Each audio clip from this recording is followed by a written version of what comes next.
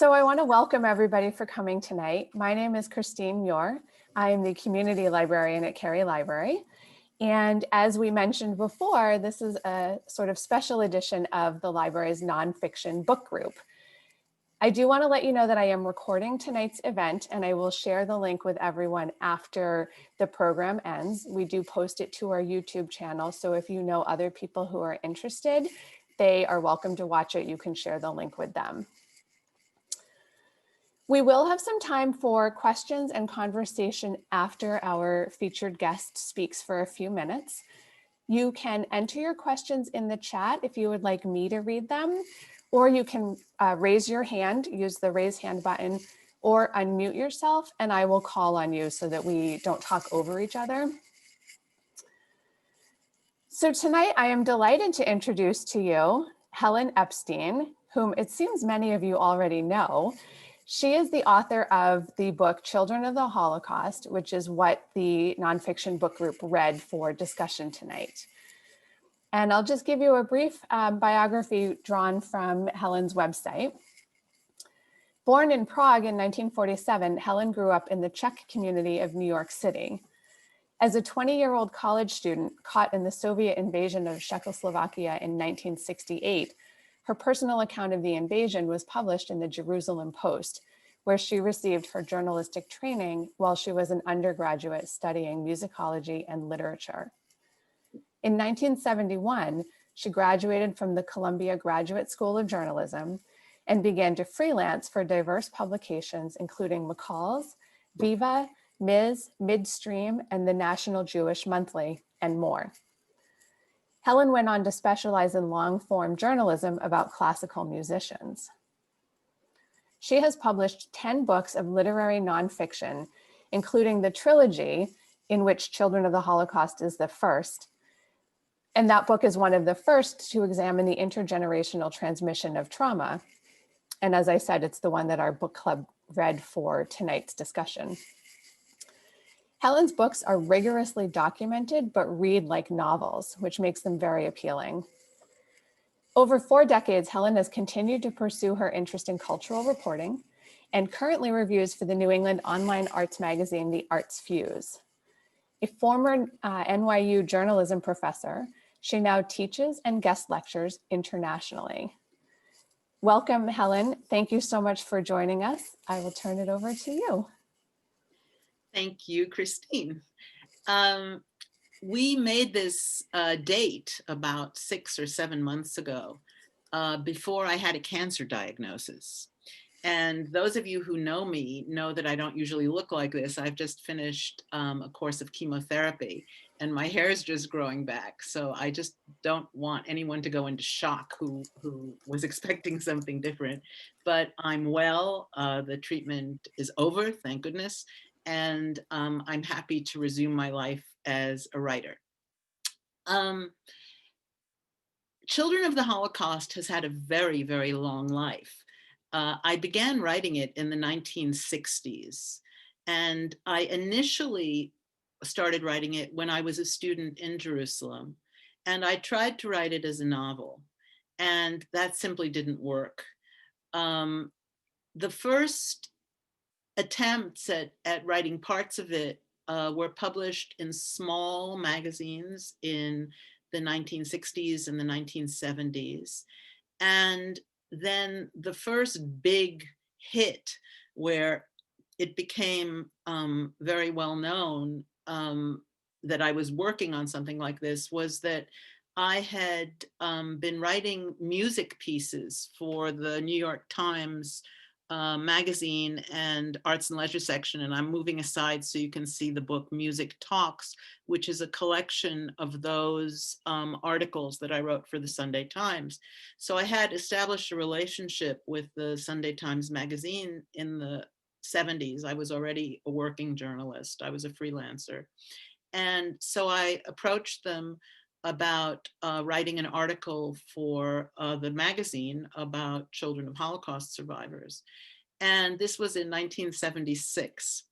And they weren't too sure about this. They didn't think this was a thing, but Time magazine scooped them and published a short article reporting on the research of an Israeli psychiatrist at Stanford University. And that made them think, oh, there is something there.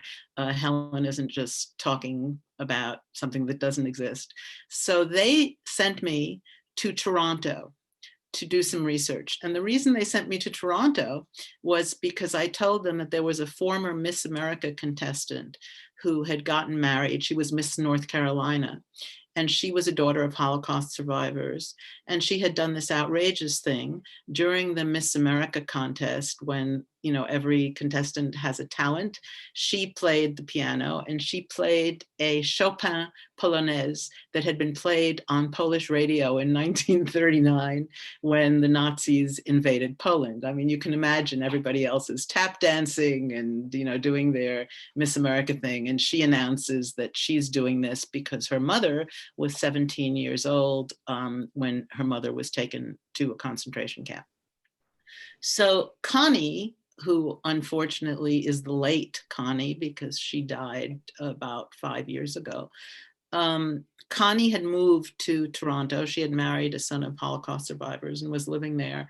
And that was the hook that made the New York Times send me to Toronto and to write this piece. The piece came out in June of 1977 and really was an unbelievable success in the sense that it was, this was, you know, before the internet. It was syndicated to many, many newspapers around the world. And I started getting letters from sons and daughters of Holocaust survivors all over the world. And these letters were just simply extraordinary. They were single space typed. Some of them were 10 pages long. It was as though research came to me. I didn't do anything. These letters just kept pouring in from all over the world. And shortly after that, maybe even in July, somebody who was a book editor who had been an editor at the Times Magazine called me up and said, would you like a book contract? So there I was. It was 1977. I was 29 years old, and I was really handed everything. I was handed research. I was handed a book contract. And so basically I had to just take a leave of absence from my job. By then I was teaching journalism at NYU. And I went to Toronto and I spent a year writing the book in Toronto. So until that time, I was an arts journalist, and I'm going to lean over so you see that man behind me. That is Joseph Papp. And one of the many people I wrote about in the New York arts world was Joseph Papp, and that's a biography of Joseph Papp. And so my background was really as an arts journalist, very, very traditional journalist. You know, somebody who did a lot of research, somebody who did a lot of interviewing, and who was quite pursuing the objective version of classical long-form journalism. So I approached writing Children of the Holocaust in that way. I thought a lot about what should be in the book. And I thought that I would use what I thought of as a challah structure with 3 braids. And one braid would be my personal story, how I came to this and my family. Another braid would be straightforward third-person reportage, you know, data, history, stuff about the group. And then the third braid, because I was interested in oral history, and I was very concerned at the time because none of my editors seemed to believe that my subject existed, to give a representative sample of other children of survivors. And so I thought a lot about how I was going to do this, and I pretty much decided that that third braid was going to be profiles of various people, and I was going to select them very carefully based on many different variables. So I thought about the spectrum of politics, everything from super left-wing Jews to super right-wing Jews. I thought of religion, everything from secular Jews or even Jews who didn't even know they were Jewish to ultra-Orthodox Jews. I thought about regional distribution. Where were they living? And remember, this was before the internet, so I couldn't reach anybody who was living abroad. I had a limited budget. One of my regrets about that book, about that first book, is that I had two people in mind, a gay man and a gay woman who I wanted to include. One was in Belgium and one was in France, and I simply could not do it. I couldn't get there. I couldn't do interviews. And I think that's a real omission in Children of the Holocaust. The other thing that I would have liked to include was some chapter about children of concentration camp survivors who were not Jewish, because I met a lot of those along the way as well. Children of or Estonian concentration camp survivors. There was a huge intelligentsia in both Eastern and Central Europe that was displaced by Nazism, and their children had very similar backgrounds and upbringings to mine. So anyway, so that book, Children of the Holocaust, was published in April of 1979. It's very old now. It's over 40 years old. And much to my surprise, it's gone through many, many, many, many editions. The one that you see on this behind me is the latest edition. That's the 2020 edition from Penguin.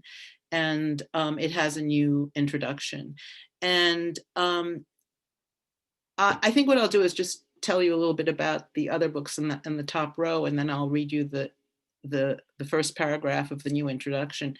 So Children of the Holocaust was the first book I did about intergenerational transmission of trauma. The second book that you see up there is called Where She Came From, and that was my second volume in this trilogy. And that was occasioned by my mother's death in 1989. And my mother died very young. She was 69 years old. And she died of a brain aneurysm very unexpectedly. And I spent 7 years after she died researching her and her family before the war, because one of the things I realized in Children of the Holocaust was that many people whose families and family communities have been destroyed have absolutely no sense of their history before the Holocaust. And I wanted to go back to the Czech lands and document mine. And Where She Came From is the same kind of structure, in the sense that you have me going back and talking about my relationship with my mother and her family, but you have a lot of history, and then you have a lot of biography of my great-grandmother that I was able to reconstruct, and my grandmother and my mother until 1948. And this book, the Where She Came From, ends in 1948 when we emigrate to the United States. The third book in this trilogy, The Long Half-Lives of Love and Trauma, is yet again a different book. And this is a book that really focuses on my childhood in New York City on the Upper West Side, and what was going on in our household, particularly around issues of depression, of sexuality, and of love, and how all of that affected me. And so that's a very personal book, and it involves a lot of psychology. The last book in the first row is yet another in this series, and that is that before my mother died, long before my mother died, in 1975, before I even wrote Children of the Holocaust, she wrote a memoir, and she tried to get it published.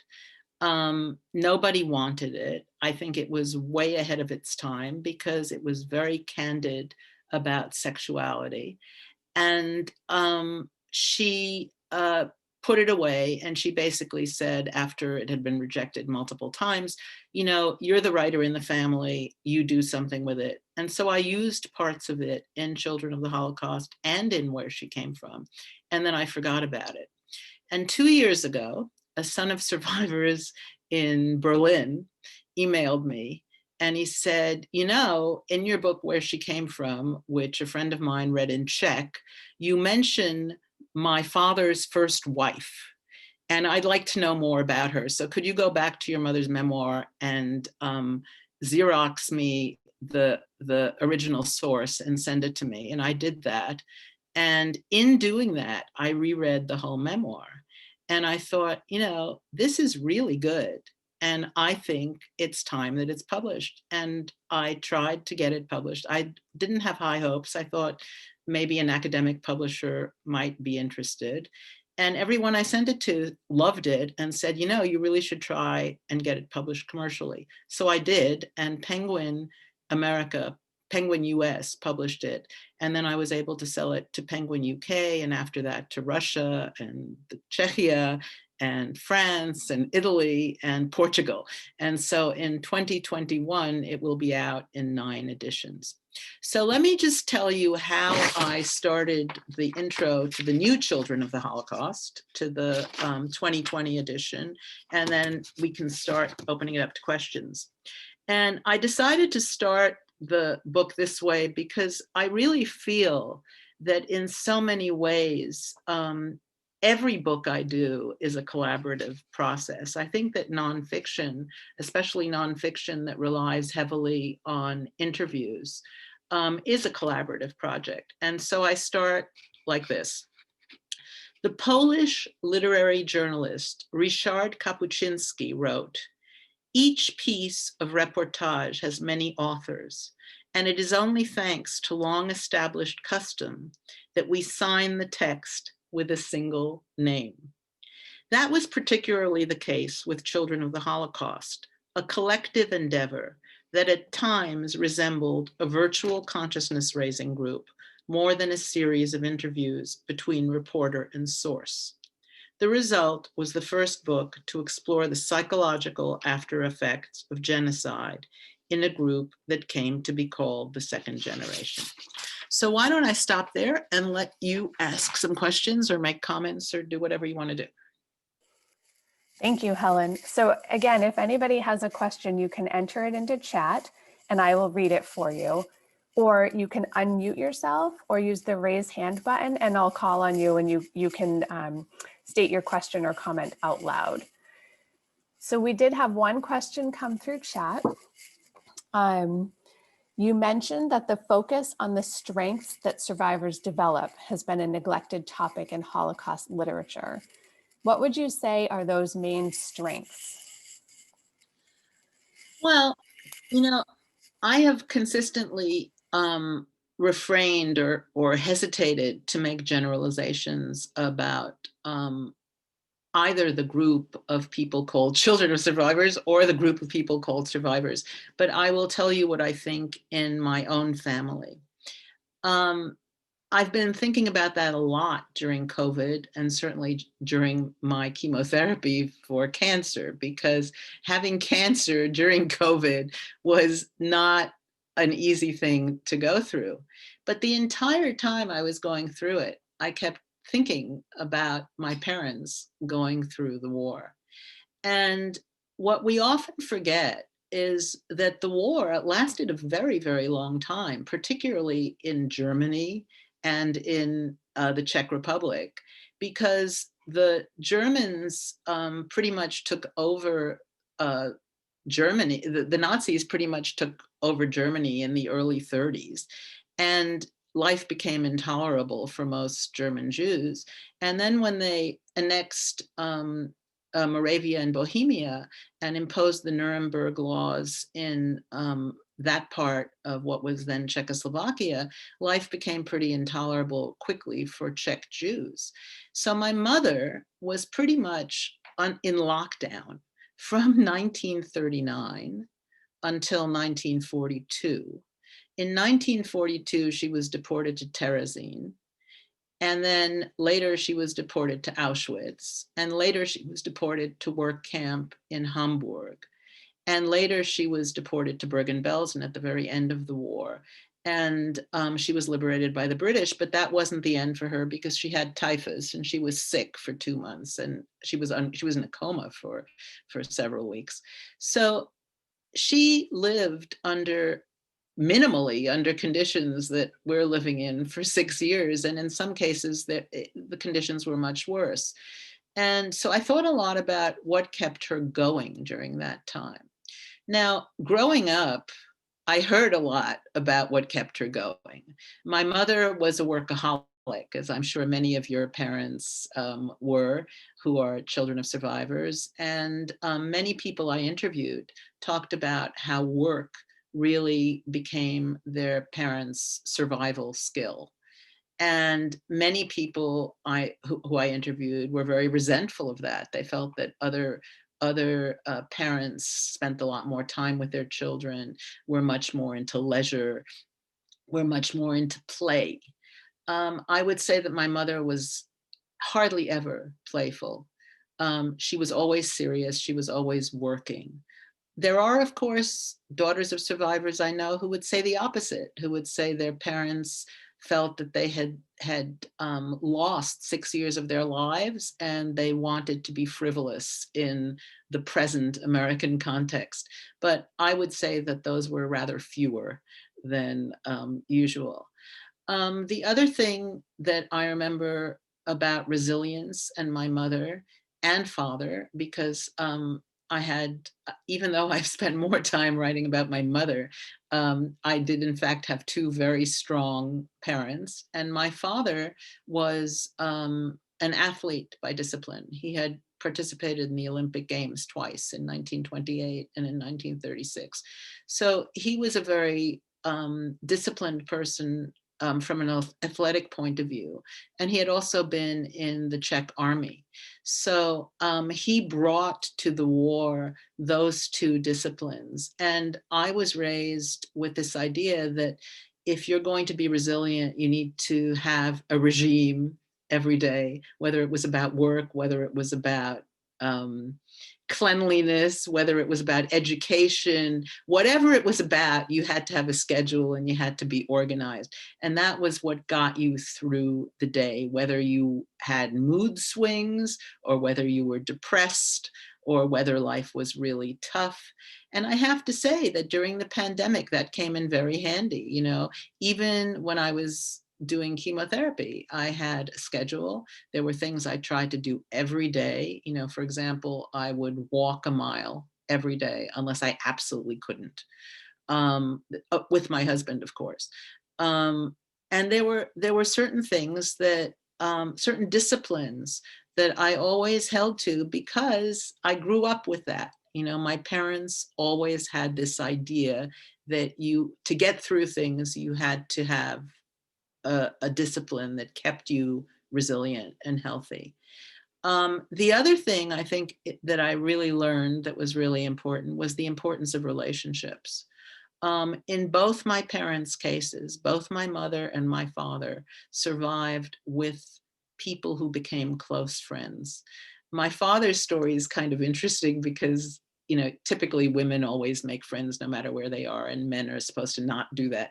But my father, who was this absolutely tone deaf jock, became best friends with the conductor of the Czech Philharmonic all through the camps. And when things were really tough, I forget what the third guy did. I think the third guy was a businessman. And they would give each other lectures about their area of expertise. So my father would give this conductor lectures about water polo, which was my father's sport. And he would hear lectures about being a conductor and classical music and all of this different stuff. So the idea of investing heavily in relationships and drawing on other people when you're feeling depressed was inculcated in me in a very early age. So I would say, I'm sure if you asked me, you know, tomorrow, what are two things about resilience that I learned, I could give you two others, but those are the two that come to mind right now, or three. Work, the importance of work, the importance of discipline and schedule and organization, and the importance of relationships. Thank you. Sandra, if you want to unmute yourself, you can go ahead and ask your question, and then I have a couple in chat as well. Hello, Helen. So So thank you for the book. I was moved deeply by it, and to be honest, I was not expecting that it would touch me as strongly as it did, because I'm not of Jewish origin. But I did find an awful lot of resonance with my own family story, because my family come from Latvia, and both parents went through DP camps, and I was connecting strongly with a lot of the description of your childhood experiences and some of those of the other subjects. But I was wondering, perhaps if I was making this all about me, I guess maybe my question is, would you say that am I missing the larger point by seeing my own story? I mean, I'm 62 and I don't think a lot about my adolescence, and a lot of things were coming back to me, by reading your memoir. And so and that you did say in your introduction that you wanted to write about the non-Jewish survivors. I lost relatives to Siberia, but not to Nazi camps. So whatever you care to say about that. For me, especially because I've met so many, when you're a writer and you do publicity, you meet just tons and tons of people. And I have met children of survivors of all kinds of genocides. I mean, in 1979, after the book was published, the first place that invited me to come speak was the Armenian Archdiocese in New York that was having this huge conference. And I met hundreds of Armenian descendants of various ages. I met people in their 40s and people in their 20s and even some people in their 60s. And I had also read Michael Arlen's memoir of being a child of survivors of the Armenian genocide. So I was in your situation. I was a reader reading about Armenian genocide and identifying completely. So it makes total sense to me that readers would read my story and find themselves in my story. The more that I talked to people and also did a lot of speaking at public libraries where you get a really a diverse audience, was I realized there was a huge number of people who were identifying with this who weren't even descendants of genocide survivors. There were people who were the kids of Vietnam War veterans, the kids of World War II veterans, especially POWs, like John McCain. It would be interesting to see what if his daughter read this book, but a lot of kids of POWs identified with this.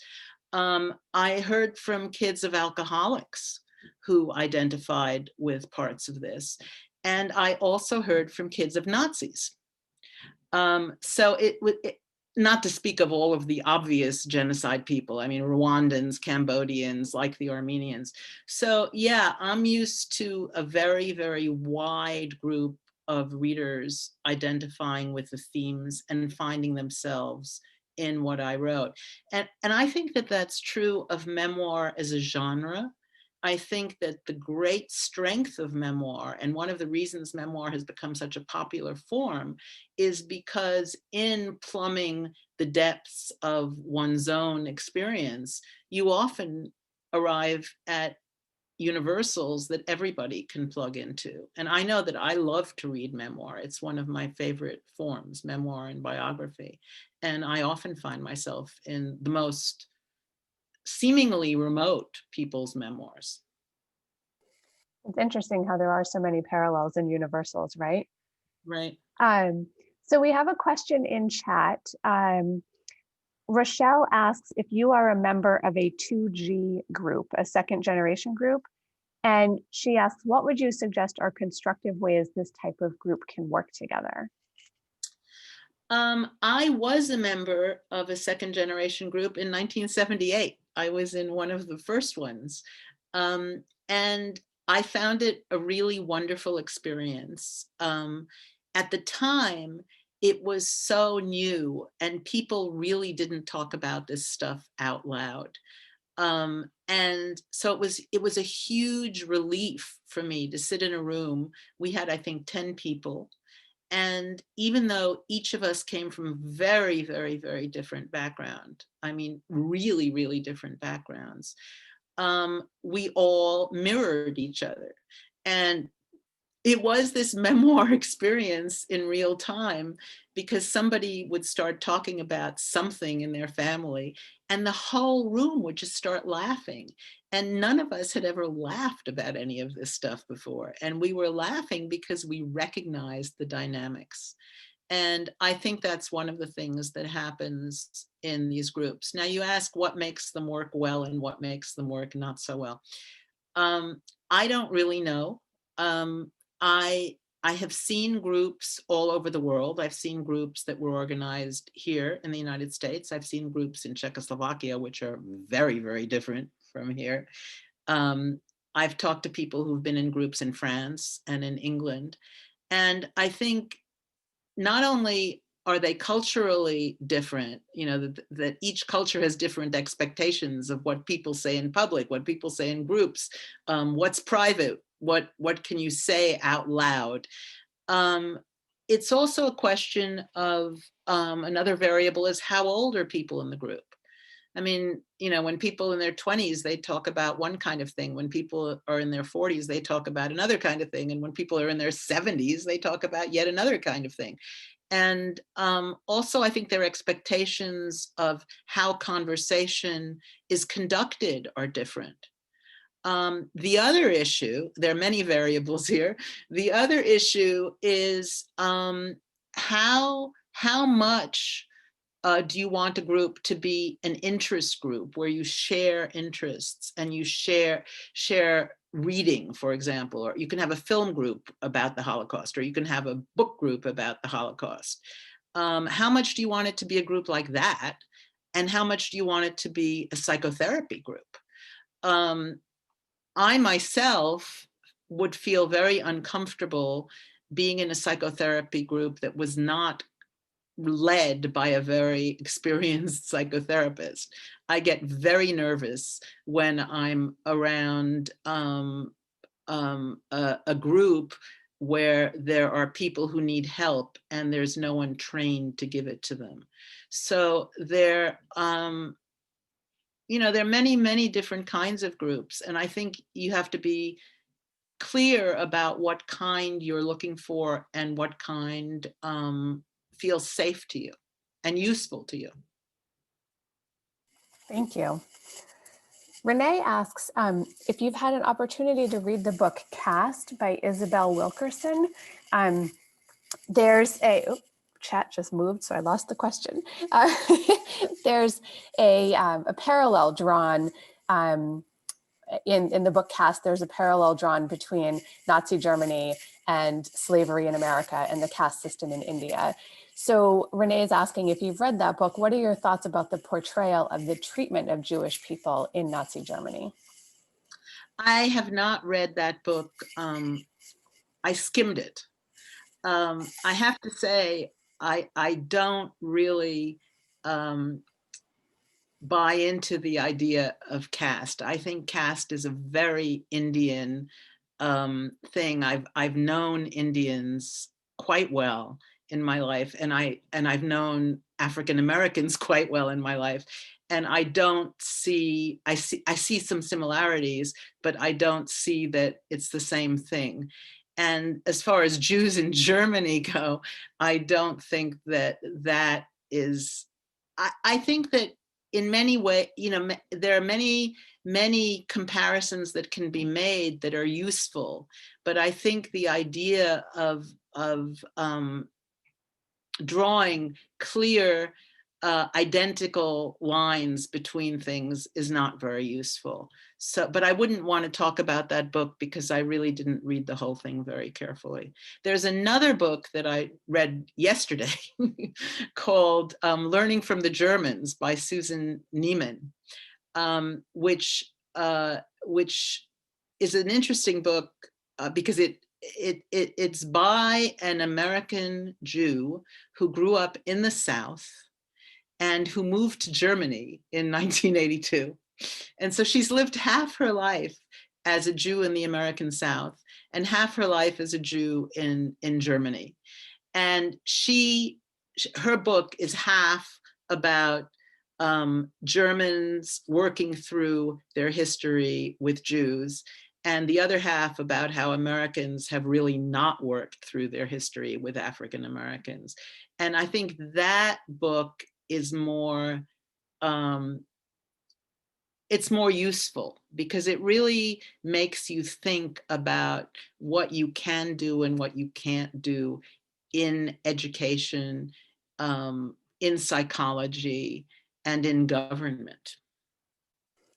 I'm glad to hear you mention that title because after reading Cast, I was looking for other titles and that was one I came across. So now I will definitely add it to my list.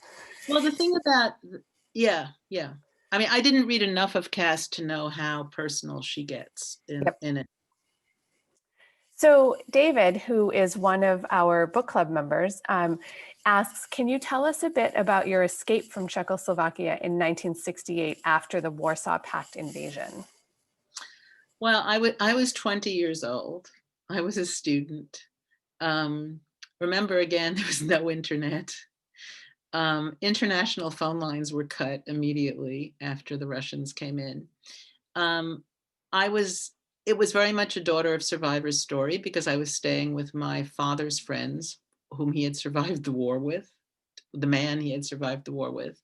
And I was on one, those of you who know Prague know that there's a river in the middle, and I was on one side of the river. And my mother's cousin, with whom she had survived the war, was on the other side of the river. And both of these families were going crazy because here I was, this 20-year-old child of their survivor friend whose life was suddenly at risk. And so, of course, I couldn't go out. They tried to lock me into the house and all of this. And Shirley Temple Black was the ambassador, the American ambassador to Prague in 1968. And word came out, I don't know how word got out, but my mother's cousin Kitty found out that the ambassador had arranged for an evacuation train. The invasion was on a Wednesday morning, 5 o'clock in the morning or 4 o'clock in the morning. I was up at 5. And by that afternoon, we had heard that there was an evacuation train scheduled for Friday. So my cousin Kitty somehow got me a ticket on that train. Not only did she get me a ticket on the train, but she got me a window seat. And that train was packed with 5,000 people. And it took 26 hours to get from Prague to Paris. And I was evacuated to Paris. If you had an American passport, it was relatively easy to get out those first couple of days. It was not that dangerous in Prague. I mean, there was not that much shooting. It was nothing like the Hungarian Revolution in 1956.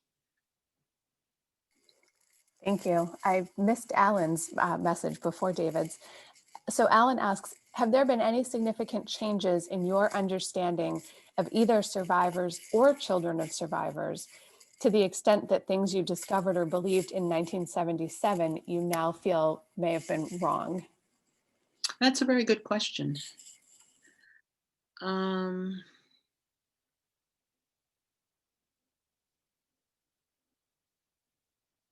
That's a very good question. I don't know what my answer is.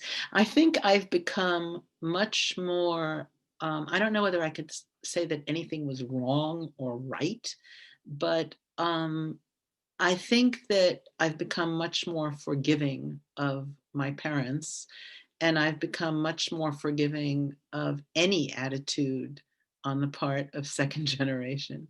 I mean, when I started doing this research, I got so many hostile reactions of all kinds directed at me. You know, people were angry at me for even talking about this.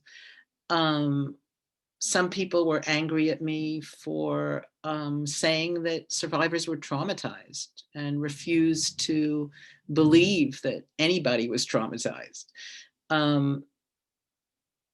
Other people just thought it was a bad idea to admit to any kind of damage, that that survivors should be valorized completely. And And of course, I had lots of doubts myself. I mean, I'm not sure I could have written Children of the Holocaust if my father had still been alive. My father died when I was quite young. My father died when I was 27, I think. And it would have caused him a great deal of pain to read Children of the Holocaust. He would not have liked it. You know, he was an athlete. He was an optimist. He wanted to believe that he had come to America and given everything up so that he could have healthy, problem-free children. And he would have not liked my book at all. So I don't know whether, I'm trying to think if there's anything I wrote that I now think is wrong. I don't think, no, I don't think so. I think there are things I left out. Like I said earlier, I think that I should have somehow managed to include gay kids of survivors, because there are many issues that are specific to gay kids. And I also think that I met, especially in Canada, I met lots of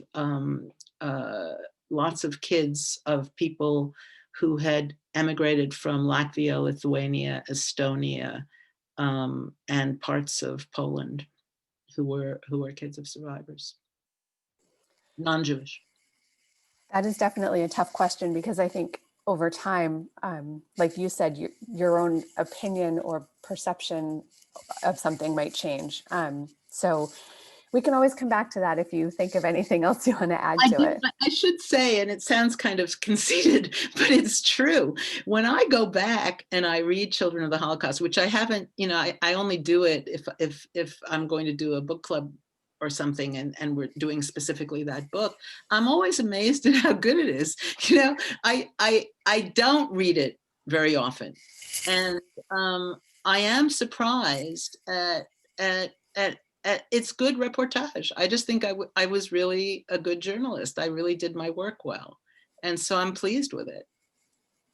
That's good. Yeah. I think that's really good. So William has a question, and William is one of our book club regulars. He says, has anything been written about the children of the Holocaust? So the third generation. Yes, that literature has started coming out in the last 10, 15 years, and there's several novels and there's some nonfiction books.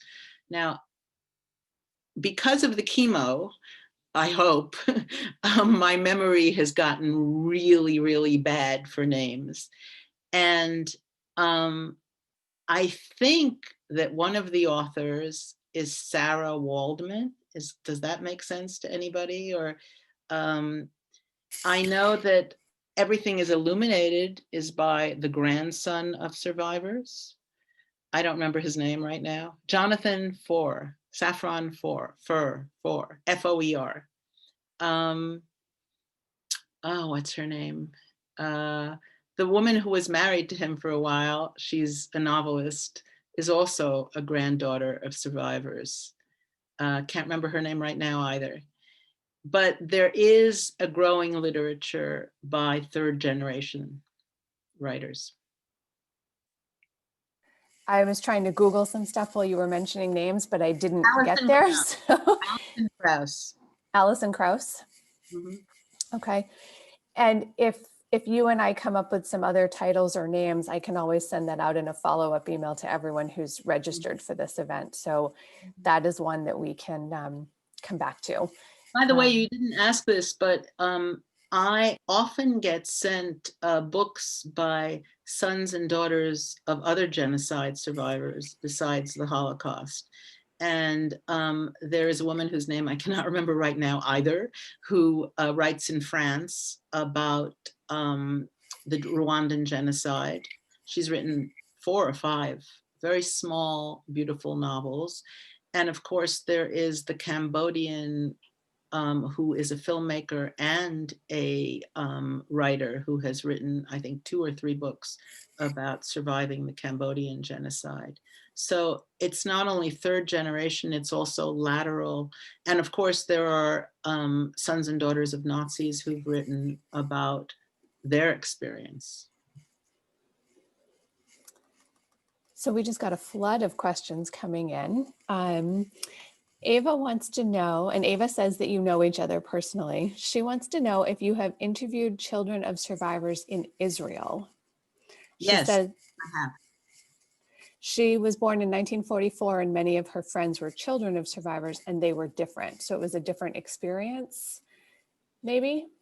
I think everything in Israel, certainly in 1944, was different, but everything in Israel, everything is less different in Israel today than it is in the United States. But in the 40s and 50s and 60s, it certainly was different.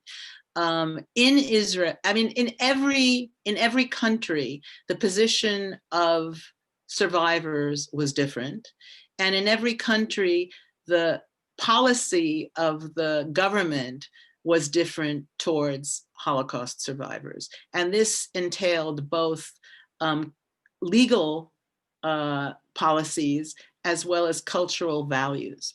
Now, I lived in Israel from 1967 to 1970, so I have some personal experience of this. And I first went to Israel in 1964 to a kibbutz when I was 16 years old. I was a person, I was not in a Zionist youth group. I was just simply an alienated American teenager who wanted to get out of the country. And so the cheapest way of getting out of the country was to go to a kibbutz where you would earn money and you wouldn't have to pay for lodging and stuff. So my experience with Israel goes back to 1964. And I can tell you that in the 1960s, Holocaust survivors were very much marginalized. And kids of Holocaust survivors did not advertise that their parents were survivors. They bought into the national group collective ideology, which was Zionist and which was extremely positive and optimistic, and which valorized the new Jew and the Israeli Jew as opposed to the old, sickly diaspora Jew. And on my kibbutz, which was a small kibbutz, and I got to know almost everyone on it, there were a couple of Holocaust survivors, and they were considered crazy and damaged people. And that was the first time that I really encountered that denigrating view of survivors. And it was the first time I realized that many of the people my age who I knew must be children of survivors, and they weren't talking about it at all because it just was not cool. It was not cool to be Israeli and to be a Holocaust survivor in the 1960s or the 1970s. And if you look at the literature that came out of Israel, except for Aaron Appelfeld, there really wasn't anyone writing about it until much later in Israel. And that's also true in different ways in Europe. I know that when I used to go to Czechoslovakia, I mean, people there are just amazed to talk to me because they don't come out as Jews until recently. You know, lately, since 1989, since the Velvet Revolution, it's suddenly become cool to be Jewish or to have 1/8 of your family be Jewish. But certainly before that, under communism, it was not only not cool, it was dangerous to be Jewish. And of course, everyone in Czechoslovakia who was Jewish was a survivor of some kind.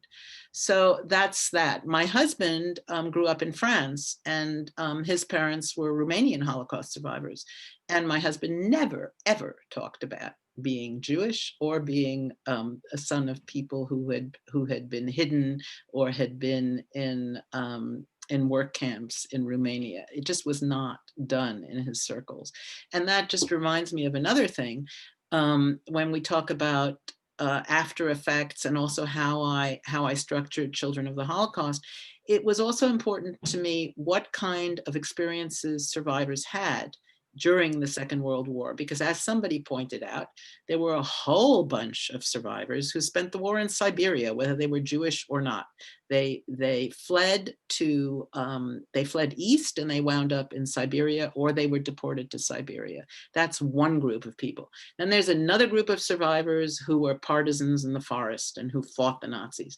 Then there's another group of people who were hidden in the forest. Then there were another group of people who were hidden in the cities and survived on false papers. And then there were another group of people who were in the camps. So each one of these experiences led to very different adaptations and also led to different parenting, what's the word, conventions, say, or parenting practices. So there's also what I discovered after years of doing this. There's quite a sizable number of people now who were born anywhere from 1945 to 1970 who still don't know that they're Jewish, because when their survivor parents left whatever country they left, whether they emigrated to Western Europe or Australia or North America or South America, they established themselves as non-Jews. And one of them is a friend of mine who's also a writer whose books you may know. It's Helen Fremont, who lives here in Boston. And she wrote, her first memoir was called After Long Silence. And it's the story of discovering how, after a Catholic upbringing in upstate New York, she discovered finally that her parents were Orthodox Jewish Holocaust survivors who had left Orthodoxy and Judaism behind in Poland. Wow. Yeah, so that's why I say that almost everything you ask me, every answer is quite complicated and has to be quite nuanced, because everything has these many different layers and categories to it. You know, where people are living now, how old they are now, what their parents did in the war, how they survived, what their backgrounds were. It's all of this factors in. Absolutely. So Margaret is one of our book club regulars, and her question is, it begins with a statement. I'm curious about your perspective on the evolution of psychological theory and intervention of traumatized individuals. A review of your other books mentions the importance of psychoanalysis in your self-discovery. Well, I'm a big fan of psychoanalysis, and I'm a big fan of psychotherapy. I did not come to this early. I came to it rather late. Those of you who are my age, who are over 65, say, know that in the 60s and 70s, there was a lot of crazy psychotherapy. You know, I grew up at the time of something called primal scream. Christine, I think this is way before your time. But, you know, at the time that I was in college, I had friends who were going to therapy with tennis rackets and were beating pillows with tennis rackets. That was Reichian therapy. Then there was Gestalt therapy, where people, you know, held dolls or talked to pillows and did all kinds of stuff like that. And then there was, you know, there were huge group therapy things. There was EST. There was all kinds of stuff, and I found all of this super scary. I felt that I was, as I wrote in Children of the Holocaust, I felt like I had like this nuclear reactor inside of me, and that if somebody tinkered with it the wrong way, I'd blow up and I'd self-destruct. And so I was interested in very, very traditional, slow therapy, very private. And I certainly wasn't going to take off my clothes, and I certainly wasn't going to be with 100 people with somebody telling me, you know, what we were going to be drilled in doing. I wanted it slow, private. And so when I decided to go into psychotherapy for the first time, I believe I was 31. I asked a friend of mine, what was the most serious and kind of careful therapy, and she said psychoanalysis. And I was very fortunate to get referred to my first psychoanalyst, oddly enough, was a Czech Jewish woman who got out on the last boat from Europe in 1939. And she had always wanted to work with a Czech Jewish daughter of survivors. And so we were a perfect match. So that was my first session with psychotherapy. And I found psychoanalysis so powerful in my case that after a year, I felt like I had to take a break. And of course, to me, this seemed very normal. I mean, why wouldn't you want to take a break if you felt you had changed so much? But according to psychoanalysis, that's not, that's called resistance. And my psychoanalyst said I could do it, but when I came back after my vacation, she couldn't be sure that she'd have the hours available. And when I did come back after a year, which I thought I would, she didn't have the hours available, and I went to a second analyst. And then I left New York to get married and live in Boston. And I went back to psychoanalysis 20 years later after dropping out. And I found it as effective and helpful all 3 times. I had very good experience. I was very lucky to have very, very talented and ethical analysts. I mean, that is the bottom line. You can't do any kind of psychotherapy unless you have a really, really talented and ethical psychotherapist. And it sounds like that first one was a perfect fit to get started. Right. So there are 2 more questions in chat, and then we'll wrap up this after those 2 questions. But if the members of the book club want to stay on and have their regular book club discussion, I'm happy to continue to host this for that opportunity. So our last 2 questions, the first one is from Marlene. Could you comment on the restrictions or laws in Poland that make it illegal to say or write that the Polish people were complicit with Nazis? No, I can't, because I just don't know anything about it. I haven't been following it. Very fair answer. So Lisa asks, can you say more about the variation in parenting practices according to war experiences as survivor of camps in the forest or in the city, et cetera? Again, I couldn't do it according to experience, but I can say that that there were huge variations in parenting practices in the survivor community. There were parents that were very laissez-faire. There were parents that were terribly depressed. There were parents that were violent. There were parents that abused their kids. Physically, psychologically, and sometimes sexually. There were parents that were saints, and I've met a lot of these people, and I've heard about them from their children.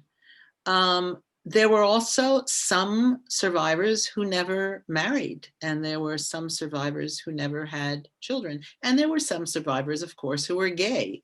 And those are not talked about at all, hardly. There is one memoir by a German Jewish gay man named God something, and it's been published. But apart from that memoir, I don't believe there's any memoir. Maybe there are 2 or 3, but I don't think they exist in English. So there were a couple other comments and book titles in chat. I will share those with you privately, Helen, or with everybody who registered some of the book titles that people may want to look at later. I did want to let people know that Helen very generously offered to give you an opportunity to purchase signed copies of the book through pickup on her porch, as we do all contactless things in COVID. So I am going to put her email address in the chat. And if anybody's interested in purchasing a signed copy, you are welcome to contact her. Let me just qualify that. I don't have copies of the new edition of Children of the Holocaust. I do have copies of Where She Came From that I can send or put on my porch. And I do have copies of The Long Half-Lives of Love and Trauma. If you're interested in psychoanalysis, that's the one to read, because I really get into it. And my mother's memoir is Francie's War, and you can get that on Amazon. Perfect. Thank you for clarifying that. Let me say one more thing. The Archivist on a Bicycle is free. You can download it for free on Amazon. And it is a tribute that I organized. It's like a collection of essays. And it's the man on the cover, the archivist, is this wonderful man who has helped thousands of Americans find their genealogical roots in the Czech lands. And he rode around on his bicycle under communism and worked at grave danger to his life. And this is our tribute to him. And it's a free book, and you can get it on Amazon. Wow. I did want to ask, I'll get asked the last question. That's a perk of my job. You mentioned your father being an Olympic athlete twice, and just mentioned him sort of in tangents. Do you have any more books in you? Do you think his story is one that I will be actually told? wrote a little book about him, which you can also get on Amazon, but that Okay. one's not for free. You can get that as an ebook or as a paperback book. And I have some copies of that too, if you want to get it on my porch. It's a small book. It's really more of an essay than it is a real book. But I got very interested in, whether or not he was an exceptional man for his generation. And it turns out there was a whole generation of Central European Jewish athletes. And my father wasn't the only Jew who was in the Olympics. One of the reasons he participated in the 1936 Olympics, the Berlin Olympics, was because his team, his water polo team, absolutely wanted him to come with them. And they said, if he doesn't go, none of them are going. And my father was, that was his life. He loved his water polo teammates. And one of the reasons that I have all the photographs I have of my father's athletic career is because his teammates saved his photographs during the war. So this book, which is called A Jewish Athlete, it's a little book, it's like a $5 book or something. And, but it's got a lot of photographs, and it's got a lot of information about Jewish sportsmen in the first half of the 20th century in Europe. It's Yeah, so I amazing. did that. And one other thing is that I have retained a fairly strong connection with the Czech Republic. And in the town where my father grew up, my father's family had been living in that town since the early 1700s. And the house that my father was born in is now the regional museum. And they are putting on an exhibit about my father's family this summer that I worked on. It was supposed to open last fall, but COVID stopped it. But yeah, so I have pursued his story, but much later than my mother's. My mother was the one who seemed really dramatic and interesting. My father was a jock. He didn't really speak English very well. He wasn't very intellectual. And I wasn't that into sports either, certainly not into water polo. So yeah, so he's getting his due this year. That's good to know. It's interesting. You mentioned being a lover of memoirs and biographies, and I am as well. But so many of the people who write those stories often say they didn't realize when they were living the story that it might be of interest to people later on. So it's always interesting how looking back on something sometimes changes your perspective on it, and maybe seeing some of the connections that we can all make in spite of different backgrounds helps us feel like telling our story can make a difference to people. So I appreciate you being here. Thank you so much for telling us all about your process and the different books you've written. Thank you for answering such a variety of questions. Thank you to everyone who came tonight. I appreciate the large crowd and the great questions. And I am not going to end the meeting because, like I said, if the regular book club wants to stay on and have their discussion as they normally do, I'm happy to host that for whatever length of time. And to everyone else, enjoy the rest of your week. Happy New Year. Happy New Year to all of you. And again, if any of you who don't live in Lexington want signed copies, just go to my website, and where it says contact, it'll give you my email address. So you can just email me and tell me what you want and who you want it dedicated to, and I'll send it to you. And I did put Helen's email address in the chat, and I will include that in the follow-up email as well. So we'll make sure you all know how to reach her for anything that you might want.